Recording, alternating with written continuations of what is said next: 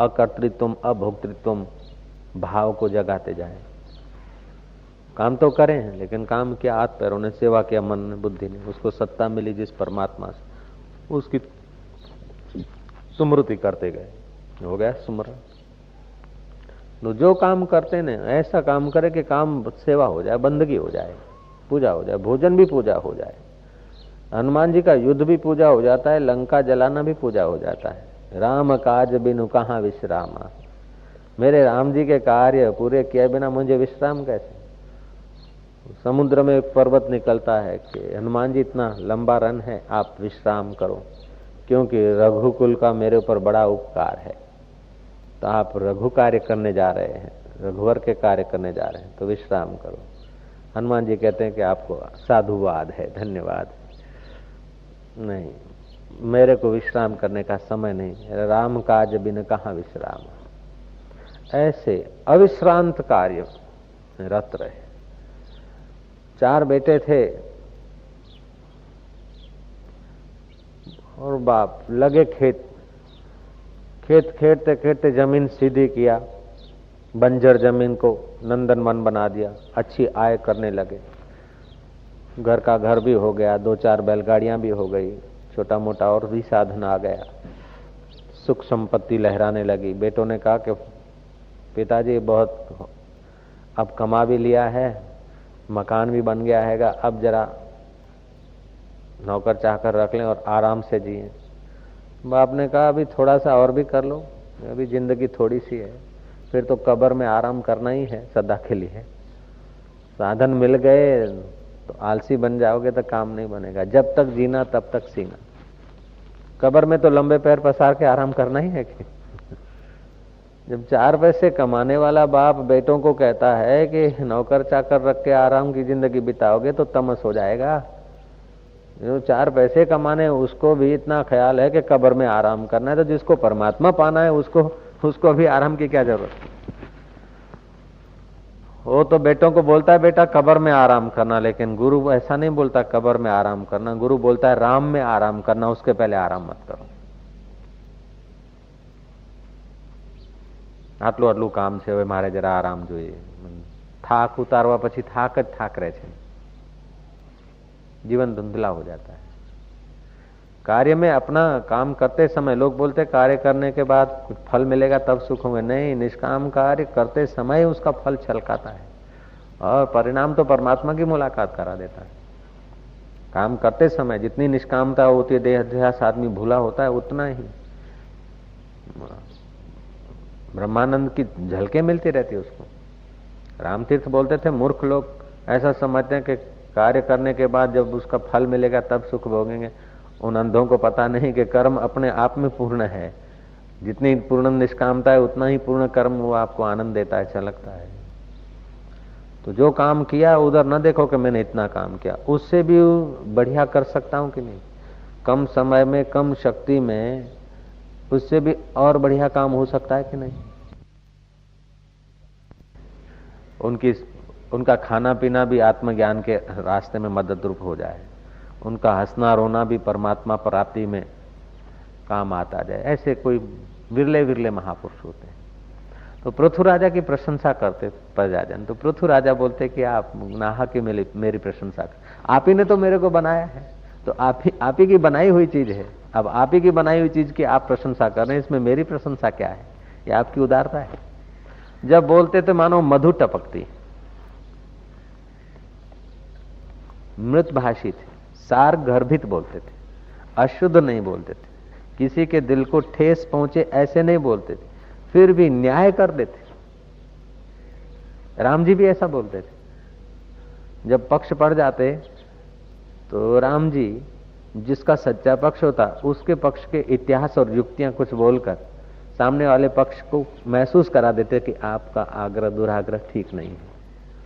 और वो विरोधी जो दो पक्ष में एक के पक्ष को जजमेंट देना, उसके फेवर करना और दूसरे का विरोध करना, तो विरोध तोछड़ाई से नहीं करते थे, उसको समझा देते कि आपके पक्ष में ये गलती है, वो नहीं समझाते थे। जो सही होता था उसके पक्ष का वर्णन कर देते थे, अनुमोदन कर देते थे। तो सामने वाले का पक्ष अपने आप ढीला पड़ जाता था, तो पक्षापक्षी नहीं होती थी।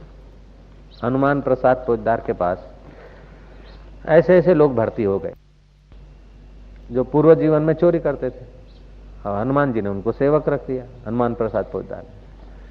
तो प्रेस तक चीज पहुंचाने में, पैसे पहुंचाने में उसने 400 रुपये हड़प कर लिए।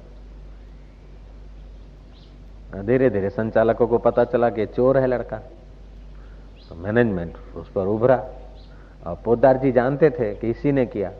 पोद्दार जी ने सबको बुलाकर संचालकों को और मैनेजमेंट को कहा कि आप लोगों को भ्रम हो गया है, ये सुरेश जो है ना बड़ा ईमानदार लड़का है, मैं इसको जानता हूं, ये चोरी कर ही नहीं सकता है। वो 400 रुपये जो तुम्हारे खूटते थे ना, मैं ले गया था, दो लिए ये पड़े। तुम्हारा शक है, ये तो बड़ा खानदान लड़का है, ये कभी चोरी नहीं करता। और तुम बोलते हो 400 रुपये खूटे, नहीं 422 खूटे। अभी तुम अपना जांच करो। मैनेजमेंट समझ गया कि भाई जी ने, थोड़ी देर के बाद वो फुट फुट कर लड़का रोने लगा कि भाई जी आपने मेरी इज्जत बचाई, मैं तो इतना खतरनाक चोर हूं, और बार बार आप कहते हैं चोरी नहीं करता, ये अच्छा है, और आप पैसे दे देते हैं कि मेरे को। अब बस फुट फुट कर अपनी गलती स्वीकार करता करता ऐसा बदल गया कि मैनेजमेंट को दिखा दिया कि वास्तव में मैं साधु। तो मैनेजमेंट वाले भी हनुमान प्रसाद पोद्दार के काम में इतने संलग्न हो जाते कि वो बोलते कि ये चोर नहीं है, हाँ, समझते थे कि वो घड़ना जानते हैं, सहमत हो जाते थे। हम गीता प्रेस गोरखपुर देखने गए, तो गीता प्रेस गोरखपुर देखने गए तो वहां एक हॉल बनाया है, उसमें भगवान रामचंद्र जी के जन्म से लेकर राज्य व्यवस्था के सब चित्र लगाए हैं, रामलीला देखिए। तो उस हॉल के बाहर एक चौकीदार था, उसको हमने कहा भाई तुम हमको जरा बता दो, समझा दो। वो हमको दिखाया सब, उसके हिलचाल बड़ी सात्विक थी, तो हमारे भक्तों को मैंने कहा इनको दे दो दक्षिणा 5। उसने इनकार कर दिया। हमने बहुत अनुनय विनय के आग्रह किया, उसने कहा स्वामी जी हमको 400 रुपए मिलते हैं, एक बेटी है, पत्नी है, 3 आदमी है, और 400 रुपए मिलते हैं, अब हमको क्या आवश्यकता है। खूब आग्रह करने पर आखिर उसने नहीं लिए तो नहीं ली, संस्था के तरफ 400 रुपये हमको बगार मिलता है। और पटावाला में कैसे संस्कार, अब किसको साधु कहें। उसने आशीर्वाद मांगा नहीं, और उसने ये भी नहीं मांगा कि बाबा जी आप मेरी प्रशंसा करना। अभी तक मुझे उसकी मधुर व्यवहार की छाप चित्त में स्मरण में आ रही है, मैं सच कह रहा हूं, स्मरण में आती तभी तो बोल रहा हूं। अब उसका पटावाला की नौकरी नहीं है, उसकी तो बंदगी है। हालांकि हनुमान प्रसाद पोद्दार अब उस समय हयात नहीं थे, ब्रह्मलीन हो गए, फिर भी वो पटावाला कि भाई जी इतना इतना सेवा करते हैं, उनकी जगह पर मैं तो मकान झोपड़ी है, और 400 रुपए भी मिलते मैंने, और 3 आदमी। अब गोरखपुर में महंगाई भी काफी होती है, 400 रुपए में क्या होता है, नहीं लिया तो नहीं लिया।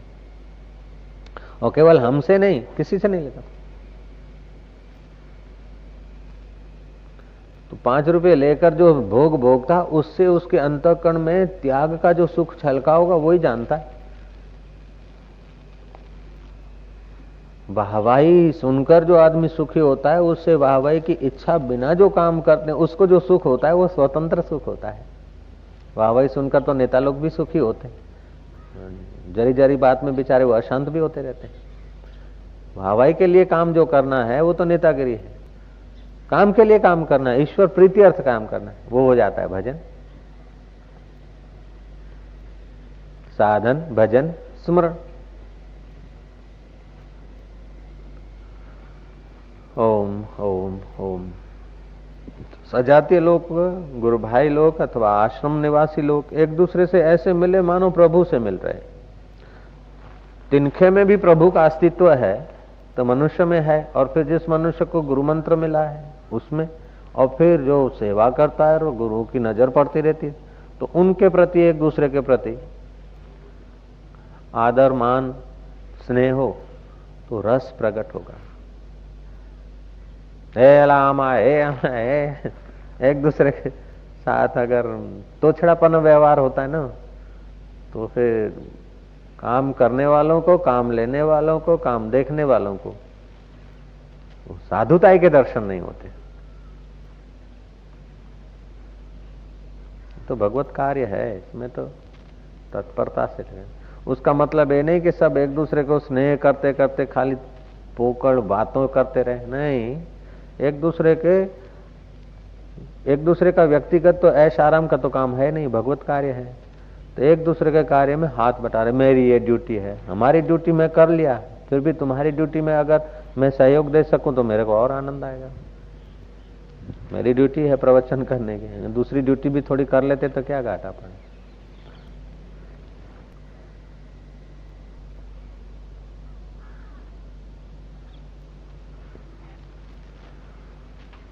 अपने को जो ड्यूटी सौंपा है उसमें अपने को कैसे भी करके वो काम तत्परता से करना चाहिए। कि बापू નથી करता तो करावવાની આપણી योग्यता विकसावी જોઈએ।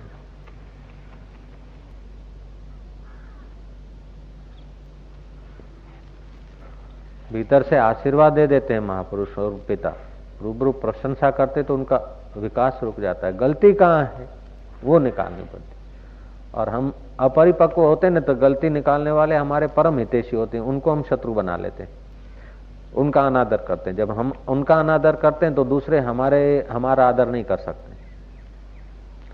मूल को आप कुहाड़ा मार दो तो डालियां आपकी क्या फेवर करेगी।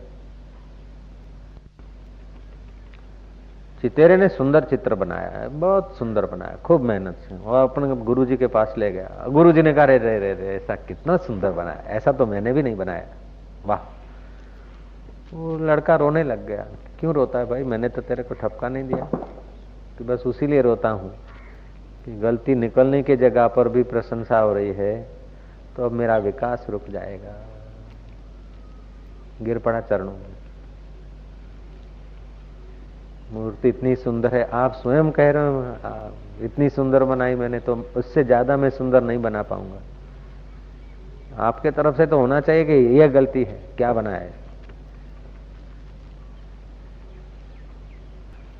जो ले भागु गुरु लोग होते ना, वो तो तुमको पॉलिशन लगा लगा के तुम्हारा उपयोग कर लेंगे, और सतगुरु तुम्हारी गलती को घड़ते घड़ते घड़ते घड़ते तुमको निर्दोष बना देंगे।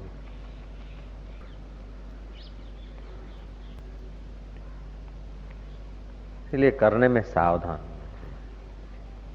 लाभ ज्यादा होता है और होने में प्रसन्न। अंतःकरण की ऐसी अवस्था बना दे कि अपने मन के प्रतिकूल हो जाए, फिर भी उद्विग्न न हो। जुलसाने वाले लोग एकत्रित हो जाए, फिर भी न जुलसे, तो आपको विजय हो गई। महापुरुष लोग इसलिए तो भिक्षा करने जाते थे। अनुकूल भोजन थोड़ा मिलता है भिक्षा में, तो जो उनके पास होता है निकाल देने जैसा वो टुकड़ा देंगे, खा पी के जो बचा है अथवा ऐसा वैसा दे देंगे, अपमान से भी देंगे। कोई कैसा देगा, किसी घर का कैसा होगा, किसी घर का। ऐसा करके महापुरुषों ने परमात्मा को रिझाया है। भीख मांगनी पड़ी तो भीख मांगी। समर्थ रामदास जैसे, गोपीचंद जैसे, राजा भरतरी जैसे, लीलाशाह बापू जैसे भीख मांगते हैं, भिक्षा मांगते हैं, जिनके एक दुआ मात्र से हजारों आदमी खा सकते हैं, मेघ बरस सकता है, सूर्य की गति विचित्र लीला कर सकती है। ऐसे पुरुषों ने कटोरा लेकर भिक्षामदेही किया है।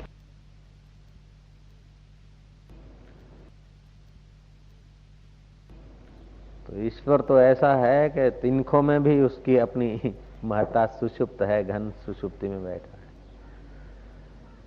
अगर उस प्यारे को एक बार देख लें तो फिर तिनके भी औषधि बन जाती हैं,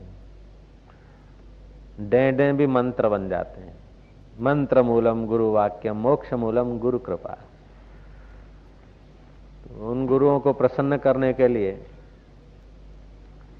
अंतःकरण सुयोग्य नहीं, इसलिए मजूरी करनी पड़ती। उनको प्रसन्न करने के लिए चापलूसी की आवश्यकता नहीं है, उनकी आज्ञा। आज्ञा सम नहीं साहिब सेवा।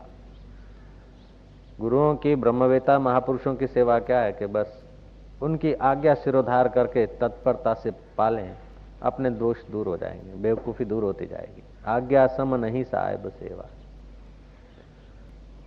आजन्म कर्म कोटि नाम यज्ञ जप तप क्रिया सा सकला सफला देवी गुरु संतोष मात्र।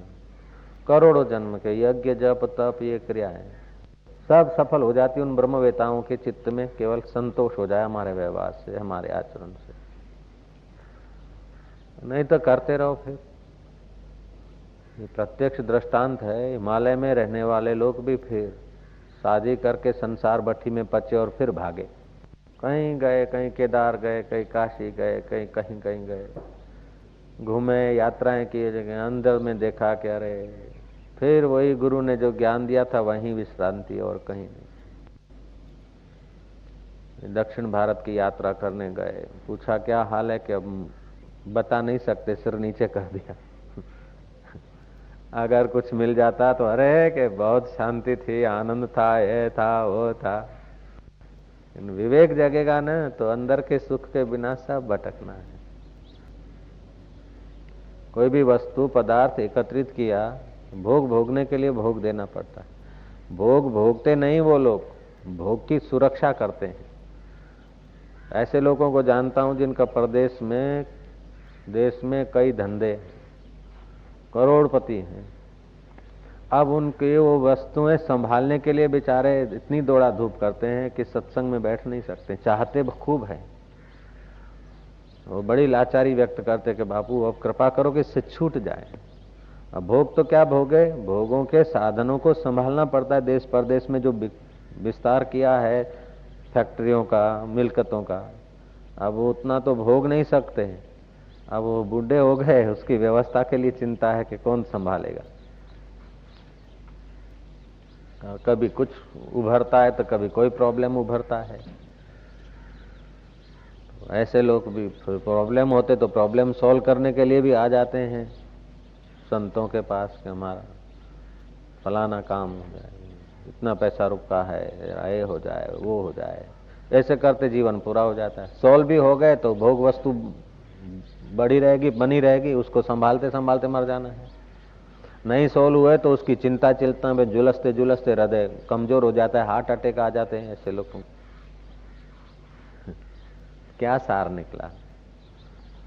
इसलिए वशिष्ठ जी की वाणी हृदय गम्य करनी चाहिए। न धनवान होने में सुख है, न निर्धन होने में सुख है, न स्वर्ग में सुख है, न पाताल में सुख है, न नाग कन्याओं में सुख है, न देवलोक में सुख है। राम जी, सुख तो वहां है जहां संत का मन विश्रांति पाता है। ये सारभूत उपदेश है। इस सार को पचाने के लिए असार देह अध्यास को छोड़ दें, मान के लिए काम न करें, परमात्मा प्रीति अर्थ काम करें, बड़ा कहलाने की कोशिश न करें, बड़ा हो जाए। बड़ा कोई कह दे तो उधारा है, बड़े हो जाओ। साधक तो मान की जगह से दूर भागता है, काम में आगे होता है, मान में पीछे होता है। भोगी मान में आगे होता है, काम में पीछे होता है।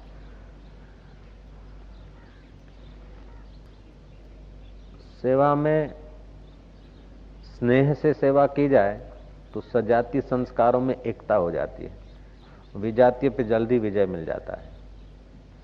एक दूसरे को अनुकूल होकर अगर सेवा की जाए तो बड़ी हिम्मत आती है, अंतःकरण पावन भी होता है। एक दूसरे को की तकलीफ जानकर उसके अनुरूप होकर सेवा करें तो बहुत साथ मिलता है। वृंदावन में कोई मस्तराम बाबा थे, बड़े मौजी थे, जीवन मुक्त संत थे। राजा उनमें बड़ा स्नेह करता था। राजा कई बार कहता कि बाबा जी मेरे राज्य पधारो, मेरे गांव पधारो पधारो। बाबा जी चले, बोले आ गए हूं, बोल। महाराज जी आज्ञा करो। मैं जो आज्ञा करूंगा मानेगा? महाराज सिर भी आपके चरणों में अर्पित है, आपकी आज्ञा तो शिरोधार। बोले फिर मेरे को राजा बना दे, मेरी ये इच्छा है। आज जो आज्ञा, मैं एक राजा बना दे। वो अभिषेक हो गया, तिलक हो गया, महाराज आप राजा है। अब मुकरेगा तो नहीं, नहीं नहीं आप राजा। बोले अच्छा। राजा के तख्त पे बैठ गए जीवन मुक्त फकीर मस्तराम बाबा, उनको रख दिया, नीचे बैठ गए।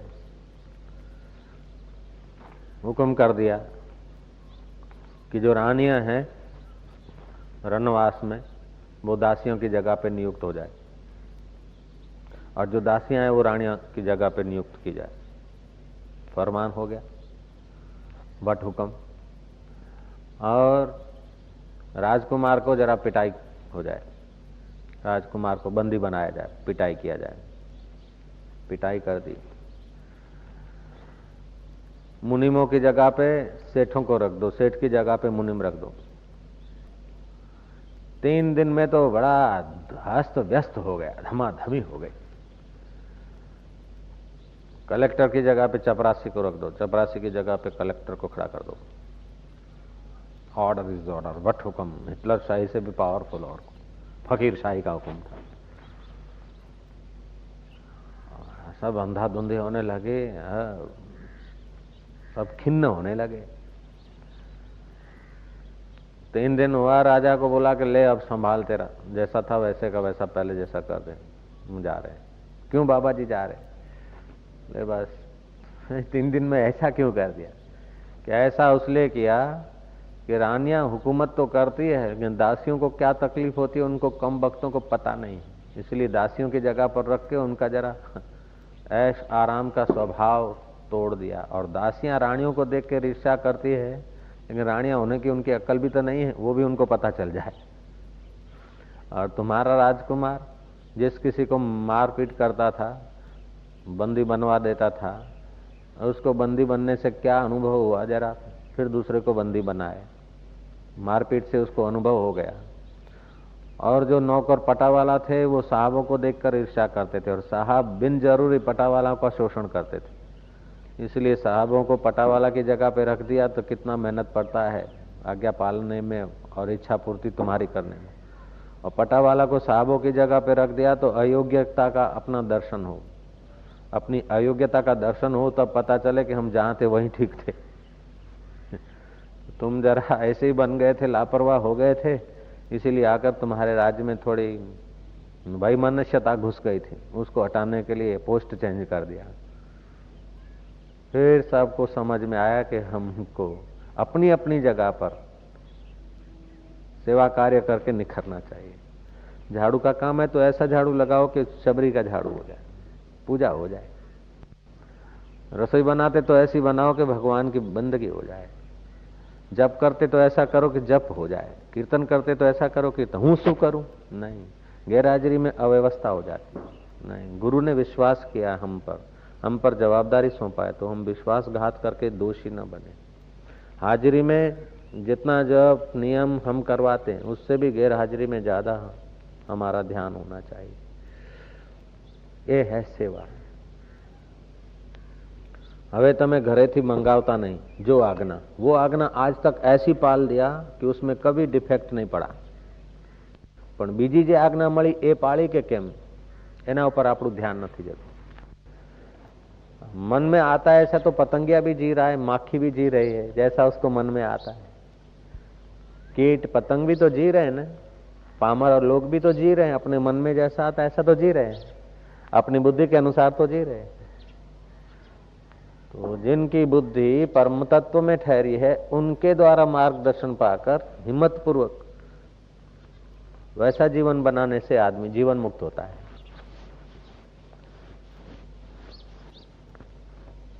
तो 50 साल करो, 25 साल करो। हालांकि अगर सतगुरु मिल जाता और शिष्य पूरा सत्शिष्य हो जाता है तो वर्षों की अपेक्षा ही नहीं रहती। परीक्षित को कहाँ वर्ष लगे थे, जनक को कहाँ वर्ष लगे थे, सुखदेव जी को कहाँ लगे थे वर्ष। जानी हुई गलती को न दोहराए, ये साधना हो जाती है। प्रभु प्रीति अर्थ, गुरु प्रीति अर्थ काम करें, ये सेवा हो जाती है, भजन हो जाता है। और अपने कर्तापन को बाधित करते रहे, ये सुमरण हो जाता है। साधन, भजन और सुमरण। जो ठग या ठगनी ठगे वह ठग को आदेश। ऐसा माया ठगनी है, धोखे में डाल देगी। આટલું તો કરું, આટલું તો કરું, આપણા છોકરાઓ માટે કરું. આપણે તો છોકરા નથી, પણ આરામથી લગન બગન કરીને કોઈ વખતે રહેવું હોય તો 5-25 લાખ હોય તો જરા આરામથી રહેવાય. वैसे तो कई रह रहे, सड़ रहे.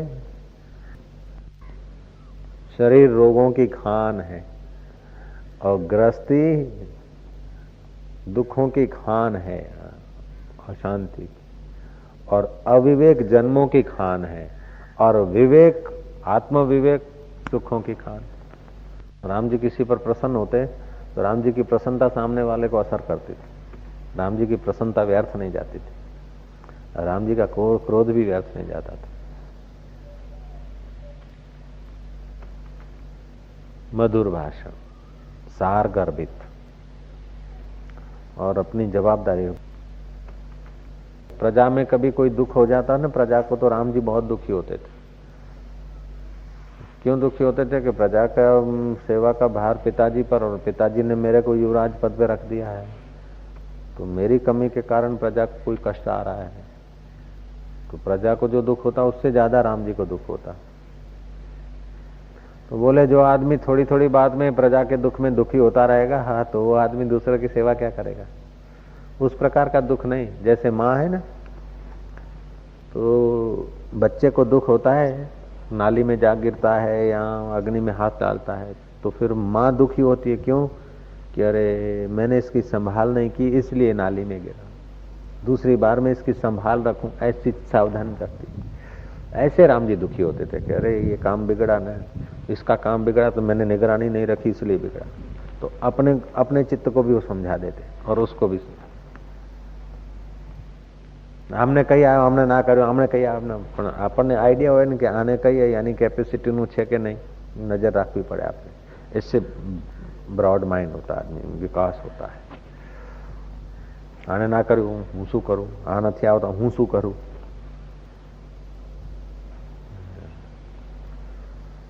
ये अपने विकास का गला घोंटना है.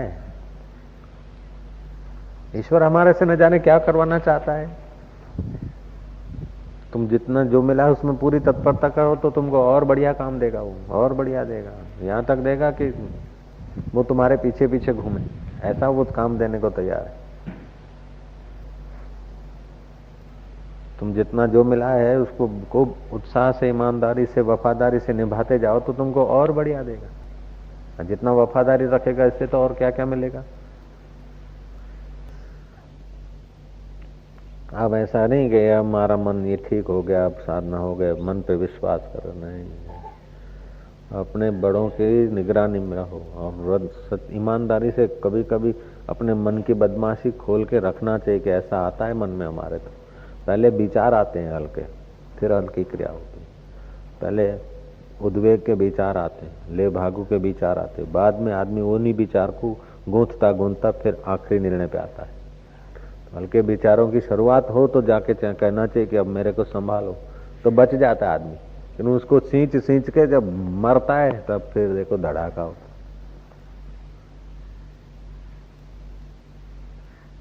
ईश्वर के तरफ जाने से कंचन, कामिनी, धन, वैभव बिन बुलाए आ जाएगा. जैसे सागर में नदियां बिन बुलाए आती, ऐसी चीजें बिन बुलाए आके. ये धोखा है. 5-25 लाख, 5-25 करोड़ भी मिल जाए और ईश्वर का रास्ता छूट जाए तो धोखा है. 400-400 करोड़ वाले लोग भी आखिर उसमें से शांति नहीं पाया और कंटाले हैं. तो आप 1,00,000, 2,00,000, 50-50 लाख या 50 करोड़ भी आपको मिल गया, ईश्वर का रास्ता छूट गया तो आपको तो धोखा होगा. इसलिए सावधान रहना चाहिए.